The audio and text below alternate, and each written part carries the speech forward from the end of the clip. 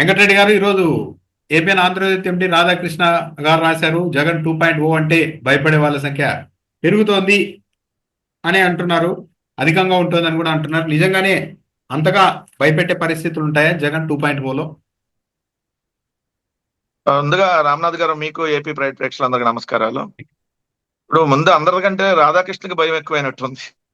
జగన్ 2.0 అనగానే ఆంధ్రజ్యోతి దినపత్రిక ఎండి రాధాకృష్ణకి మరి పక్క రాష్ట్రంలో కూర్చొని ఎందుకు భయపడుతున్నాడు అంటే, ఆయన జగన్మోహన్ రెడ్డి గారి మీద కుట్రపూరితంగా అనేక కథనాలని, లేదంటే వైఎస్ఆర్ కాంగ్రెస్ పార్టీకి మీద బురదజల్లుతూ అనేక కథనాలని రాస్తున్నాడు కాబట్టి జగన్ 2.0 అనగానే ఆయనకు భయం ఏర్పడుతుందేమో. ఈరోజు ఆంధ్రప్రదేశ్ రాష్ట్రంలో ఉన్నటువంటి ప్రజానికం మళ్ళీ జగన్మోహన్ రెడ్డి గారి పాలనే కావాలని కోరుకుంటా ఉన్నారు. సో మరీ ముఖ్యంగా ఇప్పుడు ఈ 10 నెలల కాలంలో చంద్రబాబు నాయుడు గారి పరిపాలన చూసిన తర్వాత జగన్మోహన్ రెడ్డి గారు ఉండుంటే మనకి ఇప్పుడు ఈ సంక్షేమ పథకాలన్నీ అందేవి కదా. మనం ఉన్న వాళ్ళని వదులుకొని అనవసరంగా ఆశపడి చంద్రబాబు నాయుడు గారు వీళ్ళు ఏదో చేస్తారని ఇస్తే ఉన్నది పోయింది, వచ్చేది కూడా రానటువంటి పరిస్థితి ఉంది అని ప్రజలు అనుకుంటున్నారు. సో రాధాకృష్ణ 2.0 అంటే రాధాకృష్ణ కిందకి అసలు ఏం సంబంధం? ఆయన ఎందుకు ఉలిక్కి పడుతున్నాడు? ఆయన ఎందుకు భయపడుతున్నాడు? ఆయన ఆంధ్రప్రదేశ్ రాష్ట్ర ఓటర్ కూడా కాదు కదా, ఆయన పక్క రాష్ట్ర ఓటరు. జగన్ 2.0 అంటే ఆయన ఎందుకు భయపడతా ఉలిక్కి పడుతూ కథనాలను రాస్తున్నాడు? మరి అక్కడే అర్థమవుతుంది వాళ్ళు జగన్మోహన్ రెడ్డి గారి మీద కుట్రపూరితంగా వ్యవహరిస్తున్నారు కాబట్టి రేపు జగన్మోహన్ రెడ్డి గారు రాగానే వాళ్ళని ఏదో చేసేస్తాడనే భయం వాళ్ళకి ఏర్పడుతుందేమో. ఒకటైతే మేము చెబుతా ఉన్నాం, పోలీసుల్ని మేము అధికారంలోనికి వస్తే అని బెదిరించడం పరిపాటే. ఎన్నికలకు ముందు చంద్రబాబు ఇలా బెదిరించినప్పటికీ ఎవరు సీరియస్ గా తీసుకోలేదు. అందుకు ఆయన ట్రాక్ రికార్డు కారణం. అదే జగన్ విషయంలో తేలికగా తీసుకోలేని పరిస్థితి. జగన్ రెడ్డి అధికారంలో ఉన్నప్పుడు ప్రజలకు ఎదురైన అనుభవాలు ఇందుకు కారణం. ఎదురైన అనుభవాలు ఇందుకు కారణం అని రాశారు. ఈ కారణంగానే జగన్ 2.0 పాలన వస్తుందంటే భయపడే వారి సంఖ్య అధికంగా ఉంటుంది అని రాశారు. అంటే ట్రాక్ రికార్డును చూసి భయపడుతున్నారు, అది కూడా ప్రజలు భయపడుతున్నారని రాధాకృష్ణ గారు చెబుతున్నారు. ఒక్కటి రామ్నాథ్ అన్న, ఇప్పుడు ప్రజలకి ఏదో పోలీసుల్ని మేము అన్నటువంటి కామెంట్స్ కి ప్రజలకి సంబంధం ఏముండదు అసలు. మేము అన్నది ఎవరైతే వైఎస్ఆర్ కాంగ్రెస్ పార్టీ కార్యకర్తల్ని అక్రమంగా కేసులు పెట్టి వేధిస్తున్నారో ఆ పోలీస్ అధికారులను మాత్రమే అంటున్నాం. అది ఎస్ఐ స్థాయి నుంచి ఎస్పీ స్థాయి దాకా ఉండుండొచ్చు. ఓకే, అందరు పోలీస్ అధికారులు మేము అంటలా. ఈరోజు ఆంధ్రప్రదేశ్ రాష్ట్రంలో నీతిగా నిజాయితీగా ఏదైతే ఉంటున్నటువంటి పోలీస్ అధికారులు కొన్ని వేల మంది ఉన్నారు, నీతిగా నిజాయితీగా ఉండేవాళ్ళు.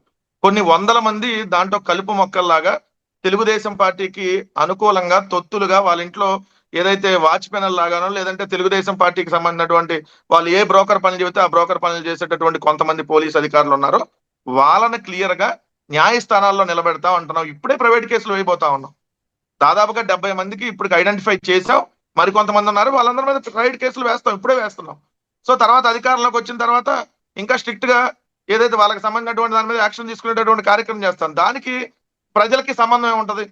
ఎవరో పోలీసు అధికారుల మీద మేము ప్రైవేట్ కేసులు వేస్తానో, పోలీసు అధికారులని మేము న్యాయస్థానం నిలబెడతానో ఆంధ్రప్రదేశ్ రాష్ట్ర ప్రజలకు సంబంధం లేనటువంటి అంశం కదా. ప్రజలు ఎందుకు అనుకుంటారు అమ్మో ఇలాంటి పాలన వస్తుంది, ఇలాంటి ట్రాక్ రికార్డ్ అని? ప్రజలు అనుకోరు కదా. అంటే ఇది ఒకటి ఏంటంటే రెచ్చగొట్టేటటువంటి కార్యక్రమం. పోలీసులందరినీ రెచ్చగొట్టాలి, ఇంకా ప్రజల్ని భయభ్రాంతులు గురి చేయాలనేటువంటి ఒక ప్లాన్ లో భాగంగా ఆంధ్రజ్యోతి రాధాకృష్ణ రాస్తున్నటువంటి కథనంగా క్లియర్ గా కనపడతా ఉంది. ఇప్పుడు 2014-19 మధ్య తెలుగుదేశం పార్టీ అధికారంలో ఉంది. ఆ తర్వాత జగన్మోహన్ రెడ్డి 5 ఏళ్ల పాటు అధికారంలో ఉన్నారు. ఆ 5 ఏళ్ల పాటు ఇలా 2.0 లాంటి పాలన ఒక ట్రీట్మెంట్ పోలీసులకు కానీ, టీడీపీ వాళ్ళకి కానీ, కొందరు పోలీసులకు కానీ చూపించాలని జగన్మోహన్ రెడ్డి ఇప్పుడు అనుకోలేదు. కానీ ఇప్పుడే ఎందుకు అలా చూపించాలి, మేము చూపిస్తామని జగన్మోహన్ రెడ్డి ఎందుకు చెప్పాల్సి వస్తోంది? అంటే 2014-19 మధ్య కూడా టీడీపీ పాలన ఉంది కదా, అప్పుడు అన్నని జగన్మోహన్ రెడ్డి ఇప్పుడు ఎందుకు అంటున్నారు అన్నది ఒక పెద్ద ప్రశ్న. సార్ 2014-19 మధ్య కూడా వైఎస్ఆర్ కాంగ్రెస్ పార్టీ కార్యకర్తలు అనేక మంది వేధించారు. ఏదైతే తెలుగుదేశం పార్టీ చెప్పినటువంటి డైరెక్షన్ లో పోలీసులు చాలా మంది పనిచేశారు. ఈవెన్ మీకు తెలుసు, ఎయిర్పోర్ట్ రన్వే మీద కూడా జగన్మోహన్ రెడ్డి గారిని అడ్డుకున్నటువంటి పరిస్థితి. అక్కడ ఉన్నటువంటి పోలీసు అధికారులు కూడా ఆ రోజు జగన్మోహన్ రెడ్డి గారు హెచ్చరికలు జారీ చేసినటువంటి పరిస్థితి మీరు చూశారు. కొంతమంది పోలీసులు ఆ రోజు మేము అన్నటువంటి వ్యాఖ్యానాలకు బయటకు వచ్చి కూడా మాట్లాడినటువంటి కూడా ఉన్నాయి. సో కానీ మేము వాళ్ళు తెలుగుదేశం డైరెక్షన్ లో పనిచేశారులే, తప్పక పనిచేశారులే అని చెప్పి వదిలేసినటువంటి పరిస్థితి కూడా ఉంది. 2019-24 మధ్య వాళ్ళు మారతారనేటటువంటి దాని మీద కొంతమంది మారున్నారు కూడా. ఆ ప్రభుత్వంలో వాళ్ళు చెప్పినట్టుగా వ్యవహరించారు, తప్పని పరిస్థితిలో విధి నిర్వహణలో భాగంగా వాళ్ళ ఒత్తిడితో పనిచేశారనే దాని మీద వదిలేస్తున్నాం. కానీ ఈ రోజు ఈ రోజు ఆ స్థితి దాటిపోయి మరీ కొంతమంది ఇంకా కండవా ఒకటే వేసుకోలేదు, వాళ్ళ జెండా ఒకటే పట్టుకోవాలి. వాళ్ళు కరుడు కట్టినటువంటి అభిమానాన్ని తెలుగుదేశం పార్టీ మీదో లేదంటే జనసేన మీదో ఈ కూటమి ప్రభుత్వం మీద ఉన్న వాళ్ళ అభిమానాన్ని చాటుకుంటూ పర్సనల్ గ్లెడ్జ్ పెట్టుకున్నారు కొంతమంది పోలీస్ అధికారులు. తెలుగుదేశం డైరెక్షన్ లో కొంతమంది చేస్తున్నారు. వాళ్ళు చెప్పిన దానికంటే ఇంకా ఎక్కువ చేసే వాళ్ళు కూడా ఉన్నారు. వాళ్ళు ఒకటి చేయమంటే ఇంకా దానికి రెట్టింపు చేసేటటువంటి పోలీసు వాళ్ళు కూడా ఉన్నారు. ఎస్, అట్లాంటి వాళ్ళు ఎందుకు వదలాలి? వాళ్ళకి జీతం ఇస్తుంది, ప్రజల సొమ్ముతో జీతం ఇస్తున్నారు. తెలుగుదేశం పార్టీ జీతం అట్లా వాళ్ళు పనిచేయాల్సింది ప్రజల కోసం, అంతే తప్ప తెలుగుదేశం పార్టీ చెప్పినట్టుగా పని చేయకూడదు కదా. సో అందుకని ఖచ్చితంగా వాళ్ళు వదిలేటటువంటి ప్రసక్తి లేదు. ఇప్పుడు 111 బిఎన్ఎస్ అని చెప్పి తప్పుడు కేసులు పెట్టి ఇష్టానురాజ్యంగా వాళ్ళందరూ వ్యవహరిస్తా, మా థర్డ్ డిగ్రీ ప్రయోగిస్తా మా కార్యకర్తల మీద ఇష్టానురీతిగా చేస్తుంటే ఎందుకు ఊరుకోవాలి? ఒకసారి తప్పు చేస్తే క్షమించవచ్చు సార్, పదే పదే రిపీట్ అవుతుంది, ఎందుకు క్షమిస్తావు? క్షమిస్తే చేతగాంతనం అవుతుంది. సో ఒకసారి తప్పు చేసినప్పుడు సహజంగా మానవ నైజం ప్రకారం పోనీలే మారుతున్నాడని చెప్పి క్షమిస్తాం. పదే పదే రిపీట్ అవుతుంటే సో అది రిపీట్ అవుతుంది. కొంతమంది పోలీసు అధికారులు అది రిపీట్ చేస్తున్నారు, తెలుగుదేశం డైరెక్షన్ లో బాగా అతిగా ప్రవర్తిస్తా ఉన్నారు. సో వాళ్ళని ఎట్టి పరిస్థితుల్లో వదలమన్నా, అది కూడా కొంతమంది అధికారులు మాత్రమే, అందరూ కాదు, అది గమనించాలి. ఇప్పుడు చంద్రబాబు నాయుడు 2014-19 మధ్య ఒకరిద్దరు, మళ్ళీ జగన్మోహన్ రెడ్డి అధికారంలోకి వచ్చిన తర్వాత ఓ 10 మంది, ఇప్పుడు టీడీపీ అధికారంలోకి వచ్చిన తర్వాత ఆ సంఖ్య వందలకి వెళ్ళిపోయింది. ఏది పోస్టింగ్లు ఇవ్వకపోవడం, పక్కన పెట్టడం, ఇవన్నీ సస్పెండ్ చేయడం, ఇలాంటివన్నీ సంఖ్య దాదాపు 199 మంది ఏది ఏఎస్పీల నుంచి సిఐల వరకు పోస్టింగ్ లేకుండా ఇప్పుడు ఉన్నారు. అంటే రేపు ప్రొద్దున డిఎస్పీలు ఏఎస్పీల నుంచి అదే సిఐల వరకు మధ్యలో డిఎస్పీలు వీళ్ళంతా. అంటే రేపొద్దున జగన్మోహన్ రెడ్డి అధికారంలోకి వస్తే ఈ సంఖ్య మరింత పెరుగుతుందనా? అంతమంది వాళ్ళు ఇప్పుడు వరకైతే మేము 70 మంది ఐడెంటిఫై చేశాం క్లియర్ గా. కానీ వాళ్ళ దాంట్లో ఎవరు వాళ్ళ పేద పర్సనల్ గ్లెడ్జ్లు వెళ్ళలేదు కదా సార్. మా ప్రభుత్వం ఉన్నప్పుడు వీళ్ళు ఎవరైతే పక్కన పెట్టారో అధికారులు, ఇప్పుడు ఎవరినైతే పక్కన పెట్టారు 190 మంది, వాళ్ళు ఎక్కడ పర్సనల్ గా వెళ్ళలేదు కదా. ఇప్పుడు ఇది చంద్రబాబు నాయుడు గారు ఉంది సార్. చంద్రబాబు నాయుడు గారు పోలీసుల మీద డైరెక్ట్ గా దాడులు చేశాడు.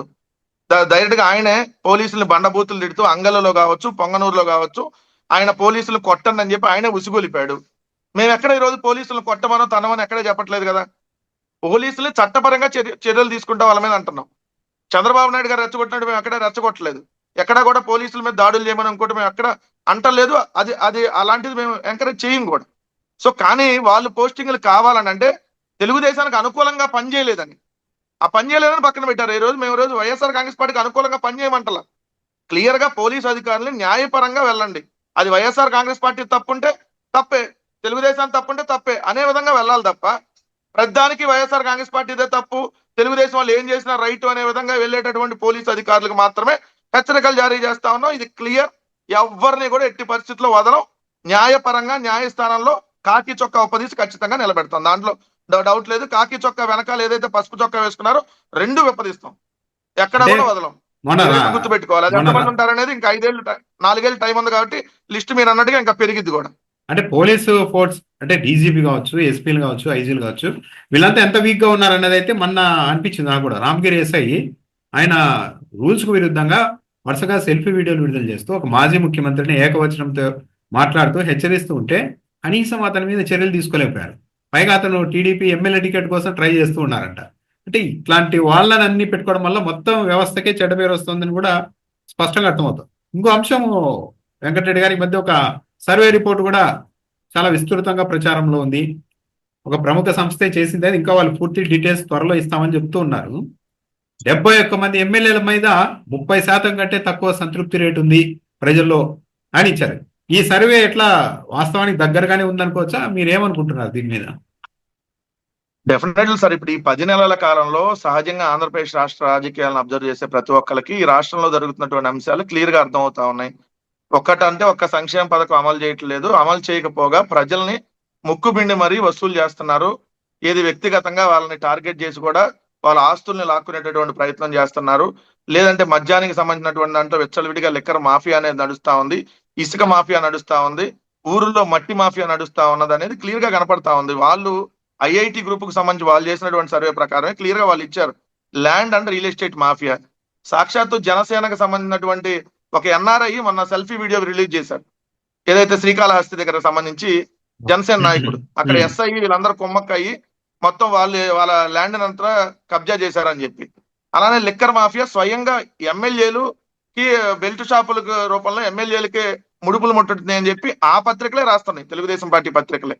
దాని తర్వాత మీరు చూస్తే డైరెక్ట్ గా వాళ్ళు సెటిల్మెంట్ లో ఇన్వాల్వ్ అవుతా ఉన్నారు, collecting money from different organisations in respective constituencies. అంటే మీరు చూసారు ఏదైతే గురజాలకు సంబంధించినటువంటి ఎమ్మెల్యే వాళ్ళు వాళ్ళ నెల నెల మామూలు పంపించలేదని చెప్పి సిమెంట్ ఫ్యాక్టరీలు మూసేసేటువంటి పరిస్థితులు ఎక్కడికక్కడ ప్రతి కాన్స్టిట్యున్సీ లో ఇదే నడుస్తా ఉంది. అది ఎక్కడికక్కడ ఘోరం మరి. అక్కడ ఏదైనా చిన్న చిన్న 2 సిమెంట్ ఫ్యాక్టరీలు, అవి కూడా మామూలు సిమెంట్ ఫ్యాక్టరీ కదా, మంచి బ్రాండ్ ఉండే సిమెంట్ ఫ్యాక్టరీని 2 నెలలు అసలు క్లోజ్ చేయించారంటే అది మామూలు విషయం అంటే కాదు. పెద్ద పెద్ద కార్పొరేట్ సంస్థలనే ఒక ఎమ్మెల్యే స్థాయి వ్యక్తి బెదిరించి మూపించగలుగుతున్నాడంటే ఈ రాష్ట్రంలో ఎలాంటి పరిస్థితి నెలకొందనడానికి ఇది ఒక నిదర్శనం. 3 ఇక్కడ మీకు మీకు మేజర్ గా ఇక్కడ చూసుకుంటే ఎమ్మెల్యేల కరప్షన్ తో పాటు ఎమ్మెల్యేలు ఏదైతే ఉన్నారో ఆ కరప్షన్, రేషన్ మాఫియా విచ్చలవిడిగా నడుస్తుంది అనేది స్వయంగా ఈనాడు పత్రికలోనే వాళ్ళు క్లియర్ గా చెప్పారు.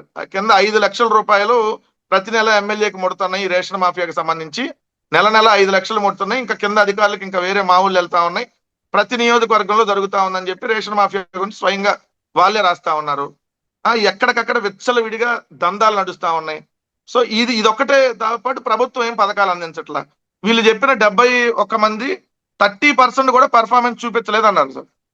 అవును, 30% కూడా చూపించట్లేదని అంటే మీరు అన్నట్టు 40% అంటే ఇంకా నెంబర్ పెరిగిద్ది కదా, 50% అంటే ఇంకా నెంబర్ పెరిగిద్ది కదా.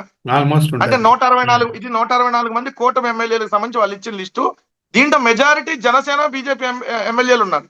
మీరు అబ్జర్వ్ చేస్తే Etcherla BJP MLA, Palakonda Janasena, Nellimarla Janasena, Yelamanchili Janasena, Pendurthi Janasena, Visakhapatnam south Janasena, Narsipatnam అంటే స్పీకర్ గారు already, Anakapalli Janasena, Rajanagaram Janasena, P Gannavaram Janasena, Kakinada rural Janasena, Razole Janasena, Rampachodavaram minister Telugu Desam, Tadepalligudem Janasena MLA, Narasapuram Janasena, Unguturu Janasena, Polavaram Janasena, Vijayawada west BJP, Kaikaluru BJP, Tenali Janasena, Rayachoti Telugu Desam minister, Koduru Janasena railway Koduru, Adoni BJP, Tirupati Janasena.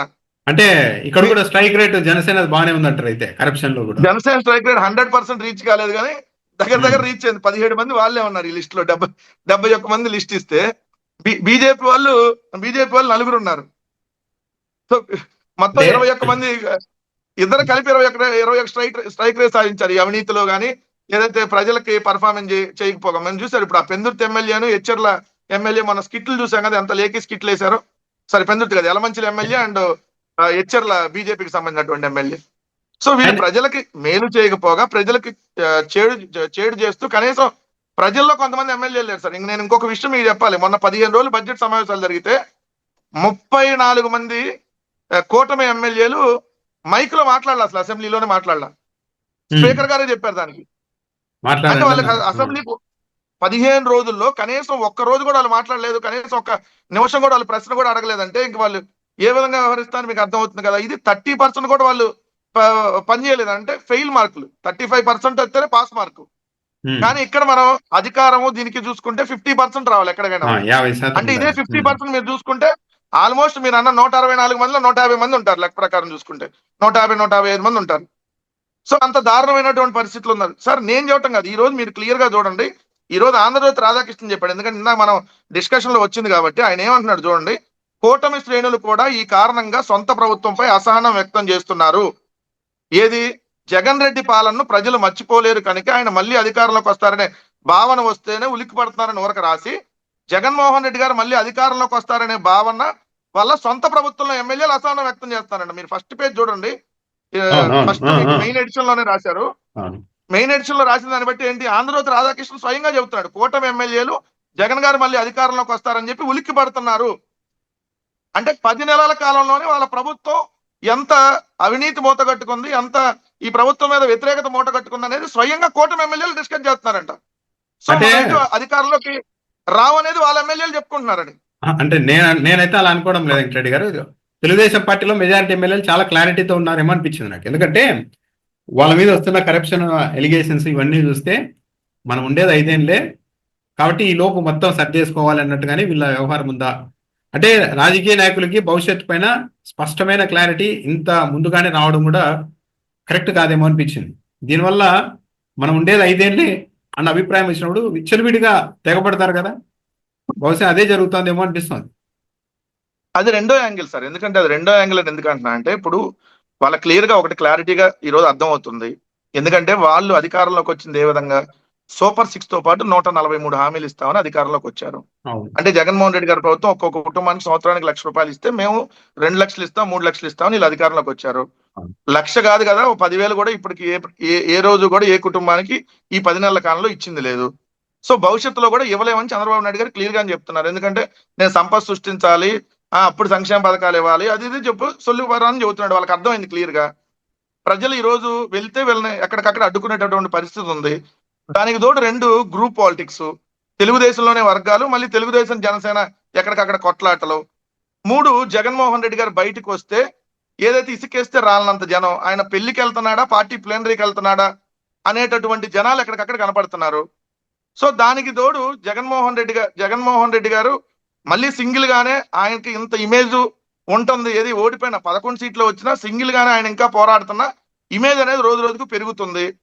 వీళ్ళకి కేంద్ర ప్రభుత్వం మద్దతు ఉన్నా కూడా, 3 పార్టీలు మద్దతు ఉన్నా కూడా కనీసం వీళ్ళు ఈ రోజు ప్రజల్లో కూడా తిరిగేటటువంటి పరిస్థితి లేదు. ఇవన్నీ చూసినప్పుడు ఏం చేస్తారు, మీరు అన్నట్టుగా ఉన్నప్పుడు ఇల్లు చక్కదిద్దుకోవాలి అంటే ఇప్పుడే సంపాదించుకోవాలి. ఎందుకంటే తర్వాత అసలు టికెట్ వచ్చిద్దో రాదో తెలియదు, ఈ 3 పార్టీల్లో వీళ్ళకి సీట్ వచ్చిద్దో రాదో తెలియదు. రెండోది ఏంటంటే వీళ్ళు ఎటు గెలుస్తారనేది గ్యారంటీ లేదు. ఇవన్నీ లేనటువంటి పక్షంలో ఏం చేయాలి, ఉన్నది ఇప్పుడే సంపాదించుకోవాలి. అది మీరు అన్నట్టుగా ఇప్పుడే వస్తే చాలా ప్రమాదకరం. వచ్చేసింది ఆల్రెడీ వాళ్ళకి. మీరు ఎక్కడికక్కడ చూడండి, బెల్ట్ షాపులు, దందాలు. సార్ అసలు ఈ రోజు భారతదేశంలో ఆంధ్రప్రదేశ్ లో దొరికినంత లెక్కరు మీరు ఎనీ టైం మధ్య ఎక్కడికి వెళ్తే అక్కడ మొబైల్ వ్యాన్లో దొరుకుతున్నాయి, ఐస్ క్రీమ్ బండ్లో దొరుకుతున్నాయి, కూల్ డ్రింక్ షాపుల్లో దొరుకుతున్నాయి, కిరాణా కొట్లో దొరుకుతున్నాయి మెజారిటీ చోట్ల. అంటే ఇలాంటి పరిస్థితులు ఎమ్మెల్యేకి తెలియకుండా జరగవు కదా. సో అంటే ఎమ్మెల్యే విచ్చలవిడిగా దోపిడీలు జరుగుతా ఉన్నాయి. ఇది రాష్ట్ర స్థాయి దాకా వాళ్ళ కమిషన్లు కూడా వెళ్తా ఉన్నాయి. పేకాట క్లబ్బులు సార్, అంతకుముందు ఎప్పుడు ఆంధ్రప్రదేశ్ లో ఈ సంస్కృతి లేదు. ఇప్పుడు మీరు చూడండి, ప్రతి నియోజకవర్గంలో పేకాట క్లబ్బులు వెళ్తాయి. పేకాట, ఇసుక, మట్టి, లేదంటే మీరు అన్నట్టుగా మద్యం, ఎక్కడికక్కడ ఇష్టాన్నిట్లో దోపిడీ. సో ఇది ప్రమాదకరం ఆంధ్రప్రదేశ్ ఖచ్చితంగా. అందుకని వాళ్ళు ఏంటంటే ఉన్నప్పుడే చక్కదిద్దు పెట్టుకోవాలి కాబట్టి వాళ్ళ ఆలోచన ప్రకారం వాళ్ళు వెళ్తున్నారు. ఇంకోటి ఏంటంటే చాలా మంది ఎమ్మెల్యేలు ఇప్పుడు ఉపాధి హామీకి సంబంధించి వెంకటరెడ్డి గారు, ఉపాధి హామీ పథకానికి సంబంధించి ఫీల్డ్ అసిస్టెంట్లు ఉంటారు. కూటమి ప్రభుత్వం అధికారంలోకి రాగానే అప్పుడున్న వాళ్ళందరినీ తీసేశారు, తెలుగుదేశం పార్టీ వాళ్ళని పెట్టుకున్నారు. ఆ పెట్టుకోవడం కూడా ఎమ్మెల్యేలు చాలా మంది ఒక్కో ఫీల్డ్ అసిస్టెంట్ నియామకానికి 20 లక్షల రూపాయల వరకు ముందుగా తీసుకోవడంతో పాటు ఆ తర్వాత ఒక విషయం చెప్తున్నారంటే ఏంటి, ఇప్పుడు 100 మంది కూలీలు వెళ్ళి పనిచేస్తే రికార్డులలో మాత్రం 500 మంది చేసినట్టుగా రాసేసుకోవడం, ఆ 400 మందికి సంబంధించిన వేతనాలు ఉంటాయి కదా, ఉపాధి హామీకి సంబంధించి కూలీ డబ్బులు, అవన్నీ పనిచేసుకోవడం. ఈ స్థాయిలో ఉపాధి హామీ పథకానికి కూలికి వెళ్ళే వాళ్ళు కూడా చెప్తున్నారు. గతంలో కూడా ఉండేది కానీ మరి ఈ స్థాయిలో ఎక్కడా చూడలేదు. పైగా ఎవరన్నా ఫీల్డ్కి వెళ్తే ఆఫీసర్లు వాళ్ళని ఫీల్డ్ అసిస్టెంట్లు బెదిరించి మరీ వెనక్కి పంపించే పరిస్థితి ఉందంటే ఎందుకు ఇంతగా వదిలేశారు ఈ స్టేట్ ని?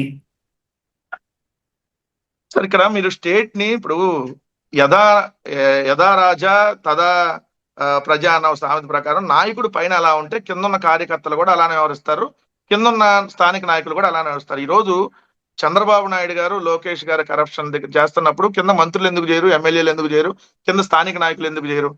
దీంట్లో ప్రధానంగా ఏంటంటే చంద్రబాబు నాయుడు గారు, ఈ లోకేష్ పాదయాత్ర చేసినటువంటి సందర్భంలో వాళ్ళు 2019 నుంచి 24 దాకా ఓడిపోయినటువంటి 5 ఏళ్లలో చంద్రబాబు నాయుడు గారు ఏ మీటింగ్ దగ్గరికి వెళ్ళినా స్థానిక నాయకులను అక్కడ పిలిపించుకొని ఆయన క్లియర్ గా ఒకటే ఇండికేషన్ ఇచ్చాడు, మేము అధికారంలోకి వచ్చినాక మీ ఇష్టం వచ్చినట్టుగా మీరు దోచేసుకుందరు కానీ మీరు ఏ పని అడిగినా నేను చేసి పెడతా, నేను ఎక్కడా కూడా అబ్జెక్షన్ చెప్పనని చెప్పి వాళ్ళకి అప్పుడే లైసెన్స్ ఇచ్చేశాడు. మీకు ఇంకొకటి, కొంతమంది దగ్గర బాండ్ పేపర్లు ఉన్నాయి రామ్నాథ్ గారు. ఏది నీకు పదవులు ఇస్తానని కొంతమంది దగ్గర బాండ్ పేపర్లు, నీకు సంపాదించుకోవడానికి అవకాశం ఇస్తానని కొంతమంది బాండ్ పేపర్లు రాసిచ్చాడు చంద్రబాబు నాయుడు గారు. స్వయంగా తెలుగుదేశం లెటర్ హెడ్ మీద పలానా నాయకుడికి ఇది వచ్చి ఎమ్మెల్సీ కానీ కార్పొరేషన్ చైర్మన్ కానీ నీకు గ్యారంటీ ఇస్తా, తెలుగుదేశం పార్టీ లెటర్ హెడ్ మీద చంద్రబాబు నాయుడు గారు సంతకం పెట్టి రాసిచ్చాడు. కొంతమందికి మీకు కాంట్రాక్ట్లు ఇస్తాను, మీకు సంపాదించుకోవడానికి అవకాశం ఇస్తాను, నేను ఎక్కడా కూడా అభ్యంతరం చెప్పను, ఇవన్నీ క్లియర్ గా ఇచ్చినప్పుడు విచ్చలవిడిగా వాళ్ళు చెయ్యికి ఏం చేస్తారు? సో లోకేష్ కి సంబంధించి లోకేష్ పాదయాత్ర సందర్భంలో కూడా అదే నాయకులందరికీ చెప్పాడు, మీరు కష్టపడండి, మీరు ఇప్పుడు ఖర్చు పెట్టుకొని తిరగండి, అధికారంలోకి వచ్చినాక మీరు సంపాదించుకోవడానికి అవకాశం ఇస్తామని లోకేష్ స్వయంగా చెప్పినప్పుడు మరి కింద స్థాయిలో ఇలాంటివి చేయకుండా ఎలా చేస్తారు? గ్రామీణ స్థాయిలో అయితే చాలా దారుణం అండి. కొన్ని చోట్ల అయితే కొన్ని గ్రామాల్లో పెన్షన్లు, సపోజ్ ఆ ఊర్లో 100 పెన్షన్లు ఉంటే ఒక్కొక్క పెన్షన్ మీద 100 రూపాయలు నెల అక్కడ ఉన్న లోకల్ నాయకుడు కమిషన్ తీసుకుంటున్నాడు, ఒక్కొక్క పెన్షన్ కి 100 రూపాయలు నెలకి. అలాంటి ఊర్లు కూడా ఉన్నాయి. అబ్బో. సో వాళ్ళకి ఇప్పుడు 4,000 పెన్షన్ అనుకోండి, 3,900 వస్తాయి. వాళ్ళు ఏమైనా అడుగుతారా? అడగలుగుతారా? అమ్మ మీకు ఉమ్. పెన్షన్ లేదంటే తీసేసి కొత్త వాళ్ళని వేస్తాం అంటే, వద్దులే బాబు 100 కాదు 200 తీసుకొని పెన్షన్ ఇవ్వండి అంటారు కదా. కొన్ని చోట్ల 100, కొన్ని చోట్ల 200 కూడా తీసుకుంటున్నారు లోకల్ లోకల్ నాయకులు. అంటే బల్క్ లో. ఎందుకు? ఇప్పుడు అన్ని సచివాలయం ఆధ్వర్యంలో ఉంటాయి. కట్ చేసుకొని సచివాలయం, ఇప్పుడు సచివాలయం ఎంప్లాయీలు కూడా తెలుగుదేశం నాయకుడు చెప్పినట్టు వినాల్సిందే కదా అక్కడ లోకల్లో. లేదంటే వాళ్ళని కూడా కొడతారు వీళ్ళు.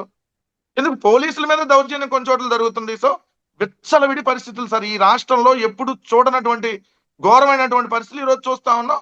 కరప్షన్ అయితే అసలు పీక్ స్టేజ్ లోకి వెళ్ళిపోయింది. పై స్థాయిలో వందల వేల కోట్లు, కింద స్థాయిలో మీరు అన్నట్టుగా వేల లక్షల రూపాయల దోపిడీ జరుగుతా ఉంది. సోషల్ మీడియాలో చంద్రబాబు నాయుడు గారు హఠాత్తుగా వాళ్ళ పార్టీ కార్యకర్తను, ఐటీడీపీ కార్యకర్తను కిరణ్ని అరెస్ట్ చేయించడం, మీడియా ముందు ముసుగేసి మరి ఒక కవర్ని కప్పి మరి ప్రవేశపెట్టారు. దీన్ని ఎలా చూస్తారు? ఇది మంచి పరిణామం కాదా? సార్ నేను ఒకటేందంటే, ఒకటి న్యాయం అందరికీ ఒకేలాగా ఉండాలి. ఒకళ్ళని మీరు అన్నట్టుగా నల్ల దుస్తులేసి నిలబెట్టొచ్చు, తెల్ల దుస్తులేసి నిలబెట్టొచ్చు. ఏదైతే దుస్తులకు సంబంధించి ఓకే. ఏదైతే మొహాన కవర్ కప్పటం అనేది నిజంగా కూడా అది పోలీసులు మరి ఎందుకు ఆ విధంగా చేశారనేది. ఎందుకంటే అది కూడా డస్ట్బిన్ కవర్. అవును. అది ఇప్పుడు ఉమ్. అతను మాట్లాడింది 100% తప్పు. అటువంటి అతనికి శిక్ష పడాలి. దీంట్లో అసలు ఎవరు కూడా దాన్ని వ్యతిరేకించరు. ఎందుకంటే కిరణ్ అనే అతను అది కావాలని మాట్లాడింది కాదు. అదే ఆవేశంలో మాట్లాడాను అనేది ఏదైతే అతను చెప్తున్నాడో, కావాలని మాట్లాడలేదు, అది పక్కా తప్పండి. ఎందుకంటే అతని వందల వీడియోలు ఉన్నాయి. అవును. వందల వీడియోలు నేను కూడా చూశాను. సజ్జల రామకృష్ణారెడ్డి గారి మీద మాట్లాడాడు, విడుదల రజనీ గారి మీద మాట్లాడాడు, రోజా గారి మీద మాట్లాడాడు, జగన్ గారి మీద, భారతమ్మ మీద, పిల్లల మీద, అవినాష్ రెడ్డి గారి మీద, అసలు వైఎస్ఆర్ కాంగ్రెస్ పార్టీ అంబటి రాంబాబు గారి మీద, వాళ్ళ పిల్లల మీద, ఒకళ్ళని కదండి, ప్రతి ఒక్క వైఎస్ఆర్ కాంగ్రెస్ పార్టీలో ఉన్నటువంటి పై లీడర్లు అందరి మీద ఇష్టం వచ్చినట్టుగా ఒకరికి అక్రమ సంబంధాలు అంటగట్టడం, అసలు పిల్లలను కూడా చూడకుండా వాళ్ళని కూడా ఏ విధంగా పడితే ఆ విధంగా మాట్లాడటం. ఇతను కొన్ని వందల వీడియోలు చేశాడు. ఈ వీడియోలు ఇతను ఈ వీడియోలు చూసి చంద్రబాబు నాయుడు గారు ఆఫీస్కి పిలిపించారని ఆ అబ్బాయి చెప్తున్నారు. మరి ఆఫీస్కి పిలిపించి చంద్రబాబు నాయుడు గారు అభినందించారని. ఆఫీస్కి పిలిపించారండి.